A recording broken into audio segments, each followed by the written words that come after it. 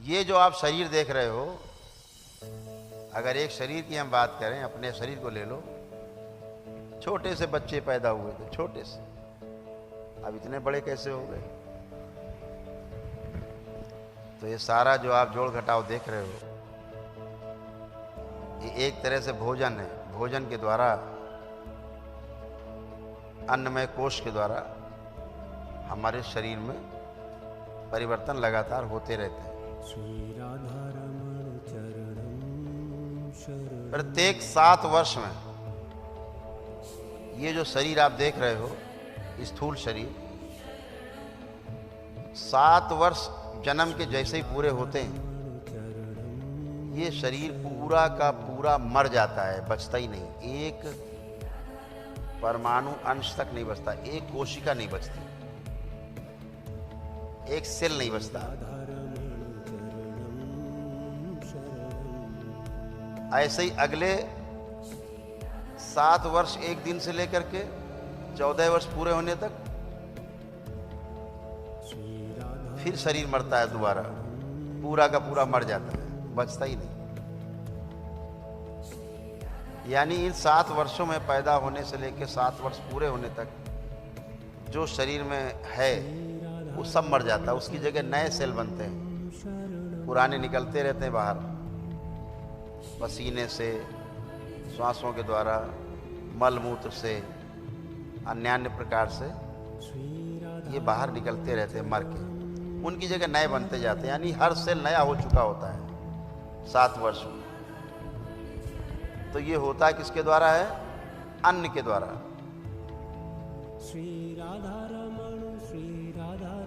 ये जो हो रही है प्रक्रिया, हमको आपको पता भी नहीं लगती कब हो गई। इनमें जो प्रक्रिया को तेज करती है कोई चीज, उसका नाम है बुखार।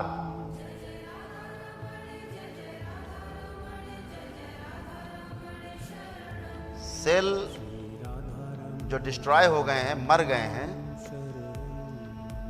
उसे बाहर कैसे निकाला जाए? अगर वो अंदर पड़े रहेंगे तो सड़ेंगे, तो रोग बनता है।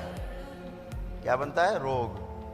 फिर वही आपके गांठ के रूप में दिखाई देता है, त्वचा रोग के रूप में दिखाई देता है, अंदरूनी गांठें बनने लगती हैं। तो बुखार का काम है आपके इन अवशेषों को, मृत अवशेष जो हैं, जो मर गए अंदर सेल्स, ये बाहर निकल जाएं। जब ये बाहर नहीं निकल पाते तो बुखार आता है। क्यों आया बुखार? वो सेल बाहर नहीं निकल पा रहे हैं, अंदर सड़ रहे हैं, सड़न पैदा हो गई है। तो बुखार क्या करता है? आते ही आपकी भूख बंद कर देता है। पहला काम भोजन। बुखार का काम क्या है? मन नहीं करता खाने का। पानी का भी टेस्ट बदल जाता है, पानी का भी टेस्ट आपको नहीं आता। लेकिन फिर आप कहते हो पत्नी से, माँ से, जरा कुछ चटपटा बनाओ क्योंकि स्वाद नहीं आ रहा है, कुछ जरा चटपट टाइप का हो जाए। जी मचल रहा है कुछ खाने को, अंदर डिमांड नहीं हो रही है, भूख नहीं है, लेकिन जीभ लपलपा रही है, केवल लपर लपर कर रही जी, कुछ खाने को चटपट हो जाए। रोज आदत पड़ी है। तो आप क्या करते हो? बुखार को और निमंत्रण दे देते हो, भैया बने रहो, तो बुखार फिर नहीं जाएगा। क्योंकि जो एनर्जी शरीर की आपकी बुखार के रूप में शुद्धि के लिए आई है, अंदर जला के भस्म करने के लिए आई है, मारने के लिए आई है गंदगी को, उस एनर्जी को आप दूसरा काम देते हो, भोजन दिया, अब वो एनर्जी उसको पचाने में लग जाएगी। वो शुद्धि के लिए, मान लीजिए आपका आश्रम है, 100 कर्मचारी बुलाए जाएं, भैया आश्रम की सफाई करनी है, ठीक है। अब उन्हें आश्रम की सफाई करने के लिए बुलाए गए और उनसे कहो भैया एक काम करो, सब लोग जरा बाहर चलो हमारे साथ और जरा खेलेंगे। अब खेलते रहो दिन भर, सफाई कौन करेगा? तो ऐसे ही आप खेलते हो कि आप फिर खाते हो कुछ ना कुछ। जानवर को आप देखिए, उसको बुखार आए और आप उसकी सबसे पसंदीदा चीज दो, वो मुंह घुमा लेगा। नहीं खाएगा। क्यों नहीं खा रहा है? वो शरीर के रूप में जी रहा है, उसके पास जितनी सूचना है उसकी शरीर के लिए काफ़ी है, और चूंकि उसके अंदर कल्पनाशीलता नहीं है, कर्म स्वतंत्रता नहीं है, वो कर्म स्वतंत्रता ना होने के कारण, कल्पनाशीलता ना होने के कारण वो मौज में नहीं आ पा रहा है कि ऐसा आनंद आएगा, खा के बड़ा मजा आएगा, जरा हल्दीराम वाली भुजिया लाओ, अंदर अंदर चल रहा है हल्दीराम की भुजिया लाओ जरा कड़ू वाली, कड़वी। ये कल्पना जानवर के अंदर नहीं, बेचारे के अंदर। वो तो सामने जब उसको चीज दिख जाती है तब उसको लगता है अरे यार वाह वाह मजा आ गया, खाओ, तो उसमें रस लेता है। क्योंकि आहार, निद्रा, भय और प्रजनन ये हर इकाई में है। लेकिन जो कल्पनाशीलता है वो इससे ऊपर की बात है। वो इंद्रियों के द्वारा होता है, वो मनुष्य शरीर में है, ज्ञान इंद्रियों के द्वारा आपके होता है, कर्मेंद्रियों के द्वारा आपके होता है, मन के द्वारा आपके होता है। तो ये वो एक अलग अलग व्यवस्था है। तो क्या करता है बुखार, इसको समझ लेना है आपको, तो आपको सुख मिलेगा, क्योंकि अब आप शरीर को देख पाओगे। तो बुखार का काम क्या है? आपके शरीर का ताप, टेम्परेचर बढ़ा देता है। क्यों बढ़ाया टेम्परेचर? क्योंकि जो अंदर जो बैक्टीरिया है वो आपके शरीर के तापमान में रहने का आदी है।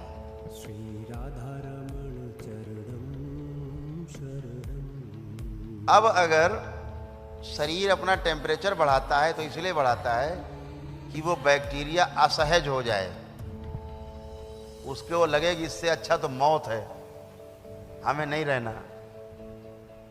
संकल्प किसी को बोलते हैं, हमें भैया नहीं रहना, कहाँ फंस गए, है ना। तो क्या होता है क्रिया, इतना बुखार बढ़ जाता है कि उसी में वो बैक्टीरिया मर जाता है, बर्दाश्त नहीं कर पाता, उस टेम्परेचर को बर्दाश्त नहीं कर पाता शरीर के, जिसमें वो रहने का आदी नहीं है। तो बुखार में इसीलिए गंदगी मर जाती है। एक काम शरीर के रूप में होता है, बुखार का जीवन के रूप में उपयोग देखें तो आप बुखार में जितना ज्यादा आत्म केंद्रित होते हैं उतना कभी नहीं होते।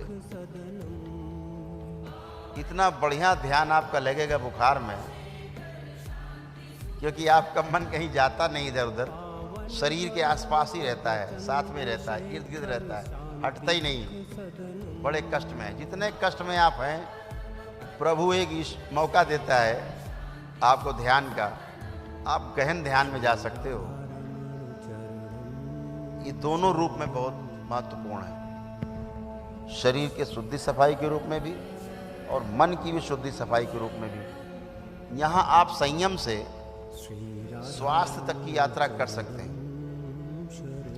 क्योंकि स्वास्थ्य करने की जो यात्रा है उसका जो वाहन है वो संयम है।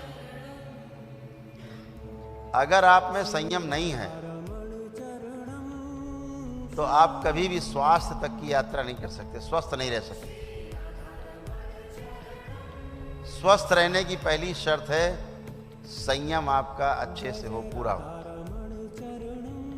हम क्या करते हैं बुखार में,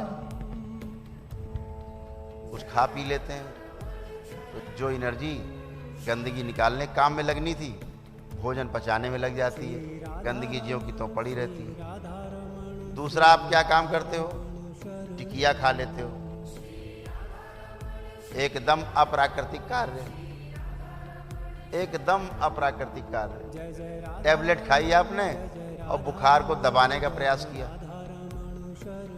बुखार बेचारा दब जाता है, कमजोर है, दब गया।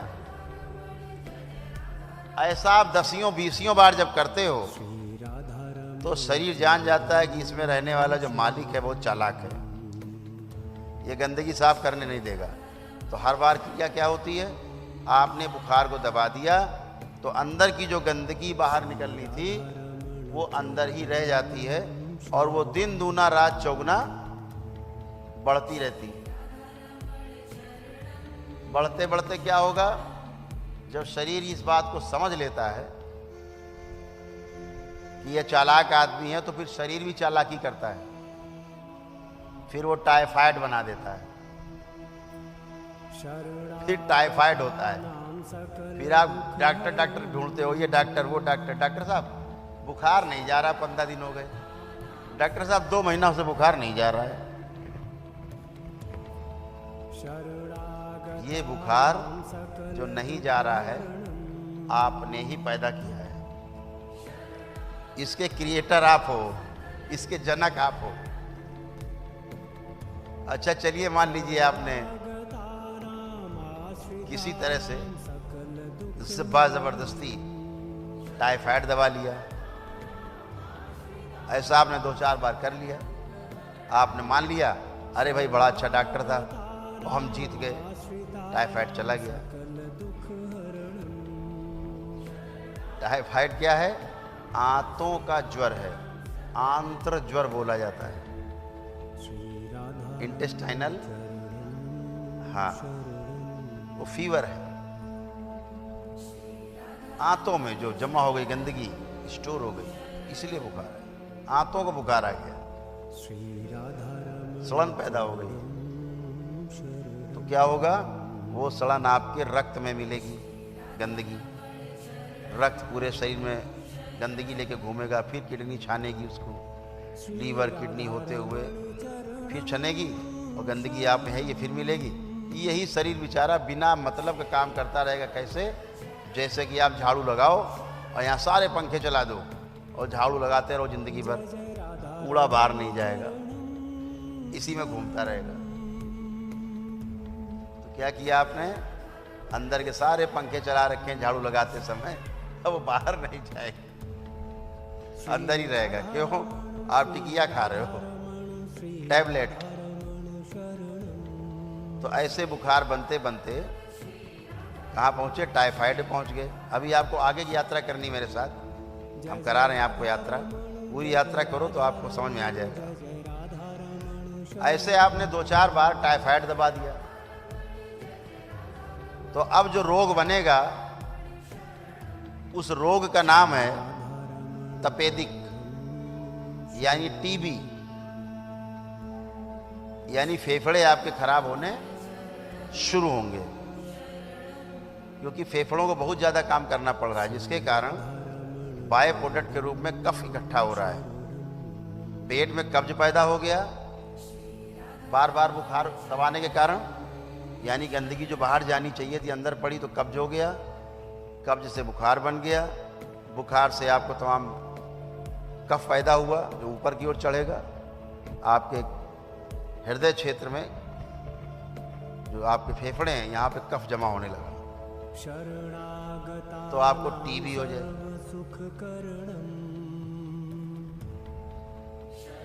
टीबी के बाद भी ध्यान न दिया, फिर आपने टिकिया टैबलेट जारी रखी, तो कैंसर बनेगा। फिर यही कफ जो है मस्तिष्क की ओर यात्रा करता है और पूरा शरीर कफ से आप भर जाते हो, आपका शरीर आच्छादित कर लेता है। उससे क्या होगा, जीवन खतरे में पड़ जाता है, शरीर आपका खतरे में पड़ जाता है। तो जब भी बुखार आए तो आपकी पहली कोशिश अगर ये हो कि आपको एनीमा अगर उपलब्ध हो, एनीमा है ना, जैसे बच्चों के एनीमा लगाते हैं, कोई प्राकृतिक चिकित्सा केंद्र हो, या एक पंप आता है छोटा सा, उसको रखना चाहिए। 25-50 रुपए का, 50 रुपए का मिलता है, 40-50 रुपए का। उसको एक सिरा पानी में रहता है, एक सिरा गुदा द्वार पे पंप कर लिया, 200-300 ml 400 ml पानी गुनगुना करके, हल्का सा नमक डाल कर, और सब बाहर। कभी किसी को बुखार आ रहा हो, कैसा बुखार आ रहा हो, आप उसको दिन में 2-3 एनीमा लगवा दो, बुखार भाग जाएगा बगैर दवा के। अभी तो करौली सरकार के दरबार में एनीमा अपने आप ही लग जाता है, बुखार गायब हो जाता है। लेकिन वो जो नकली बुखार है वो तो चला जाता है, लेकिन जो शरीर में गंदगी इकट्ठी हो गई है उसके लिए आपको ये प्रयास करना चाहिए। जैसे एनीमा लगाते, आप कोई डॉक्टर एलोपैथी में आप कभी जाएं और बुखार हो, आप भर्ती हो, आप डॉक्टर से केवल अगर ये कह दो दिन में 2-4 बार कि डॉक्टर साहब एनीमा लगवा दो हमारे पेशेंट को, वो डॉक्टर झल्ला जाएगा आपके ऊपर। क्यों झल्लाएगा? उसे पता है बुखार चला जाएगा, और बुखार गया तो पेशेंट भाग गया। ये भी पता है। वो पता है आपको सलाइन क्यों लगती है यहाँ, वो सलाइन लगा देते हैं, वो टांग देते हैं बोतल, और अंदर आपके ग्लूकोज जाता रहता है। क्यों लगाते पता है? ताकि भाग न जाओ। तो आप लगे हो तो आप पड़े हो, और आपको भ्रम रहता है कि चिकित्सा हो रही है। भाई क्या चिकित्सा हो रही है? हम आपको पानी पिला रहे हैं, कोई चिकित्सा है? कहीं पर उसका सदुपयोग है, ऐसा नहीं कि बेकार है, लेकिन उसका दुरुपयोग खूब हो रहा है। सर्जरी के अपने सदुपयोग हैं, सर्जरी का अपना लाभ है। जहाँ पर शरीर भारी खतरे में होता है और सर्जरी की आवश्यकता होती है, दरबार आपको सलाह देता है कि सर्जरी जरूर करानी चाहिए। लेकिन जहाँ सर्जरी की आवश्यकता ही नहीं है, दरबार देख रहा है कि यहाँ सर्जरी नहीं होनी है, तो वहाँ नहीं होनी चाहिए। ऐसे ही लोगों को समझ लेना चाहिए। लेकिन अब वो एक बड़ा व्यवसाय बन गया है सर्जरी का। आप पहुँचे, देखे आपने कि आपको देख लिया ठीक ठाक आदमी है, 1-2 लाख खर्चा कर सकता है, 100% आपको सर्जरी पक्का तय है। और कहीं आपने कह दिया डॉक्टर साहब जैसे भी हो, चाहे इसके बराबर रुपया लग जाए, अब आप बचाना है, तो समझो पक्का मरे। क्योंकि डॉक्टर साहब अब कोई प्रयोग ऐसा नहीं बचा होगा जो आप पे ना करें। वो उन्हें पता है हर प्रयोग का पैसा मिलेगा। तो इसीलिए बहुत पैसे वाले लोग अस्पताल जाके इसीलिए मर जाते हैं प्रेम से। आईसीयू में वेंटिलेटर पे पड़े पड़े मर जाते हैं। घर वालों को भी नहीं पता लगता कब मर गए, उनको भी नहीं पता लगता कब मर गए, दोनों आराम में। और कभी कभी तो डॉक्टर को भी नहीं पता लगता कब मर गया पेशेंट। वो 2-3 दिन बेचारे को वेंटिलेटर पे ही रखे रहते हैं। फिर नर्स बताती है डॉक्टर साहब लग रहा वो नहीं रहा। अच्छा, देखा उनका वाकई, जल्दी सूचना दो।